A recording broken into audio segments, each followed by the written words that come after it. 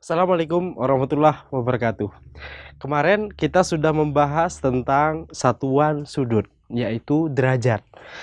Sudut satuan yang namanya satu derajat itu kita bisa bayangkan kalau kita susun-susun satu derajat tersebut di lingkaran ini, misalnya mulai dari garis ini, maka kalau kita susun 360 sudut satuan, garis berikutnya itu akan berhimpit dengan garis ini lagi. Itu yang namanya 360 derajat. Sehingga kita bisa bayangkan satu derajat itu berarti satu sudut ini dibagi 360, ya kan?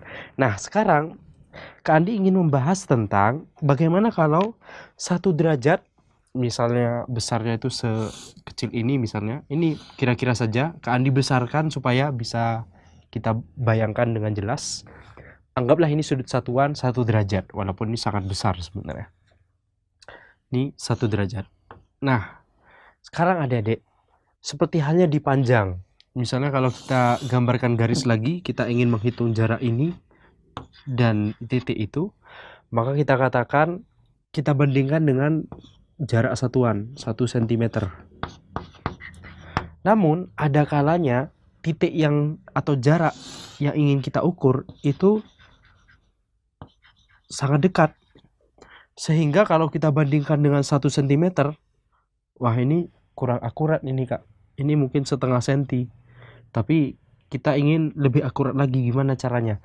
Maka orang biasanya membuat panjang satuan yang lebih kecil dari 1 cm. Contohnya 1 mm. Orang matematikawan punya perjanjian, kita bagi 1 cm ini menjadi 10 bagian yang sama panjang.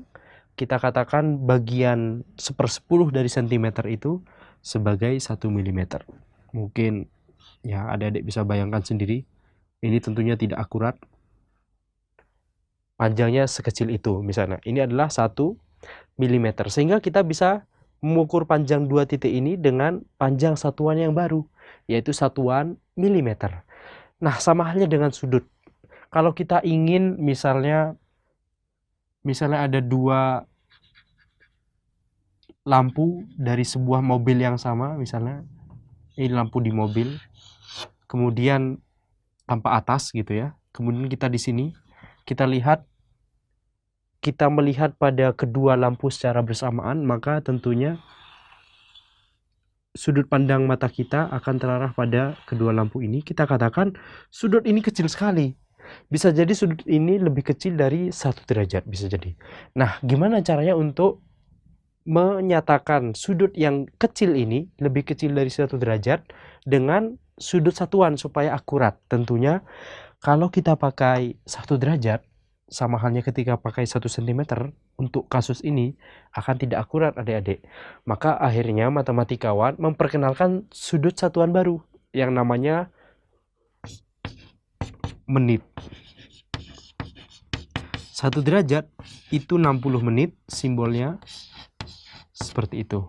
Sehingga 1 menit itu simbolnya seperti ini. Namun satu hal yang harus kita hati-hati adalah, ini mengapa Kak Andi ingin membahas hal ini, karena banyak yang salah paham. Yang namanya menit di sini bukan satuan waktu.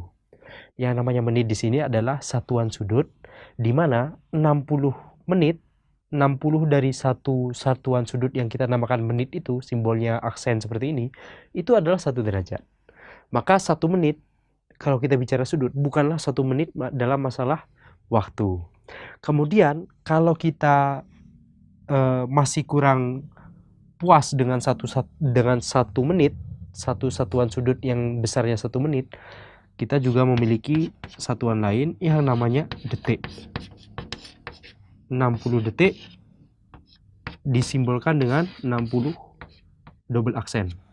Sehingga satu double aksen itu adalah satu sudut satuan baru yang diberi nama detik. Simbolnya double aksen seperti ini. Dan lagi-lagi detik bukanlah satuan waktu seperti itu. Jadi kesimpulannya adalah 1 derajat itu adalah 3600 detik. Karena 60 kali 60 seperti itu. Nah, sehingga kalau kita pakai satuan menit dan satuan detik, insya Allah kita bisa menyatakan sudut dari dua garis dengan lebih akurat. Insya Allah kita akan membahas pembahasan berikutnya tentang garis dan sudut di pembahasan yang lebih menarik. Insya Allah kita akan memanfaatkan hubungan antara garis dan sudut di pertemuan berikutnya. Assalamualaikum warahmatullahi wabarakatuh.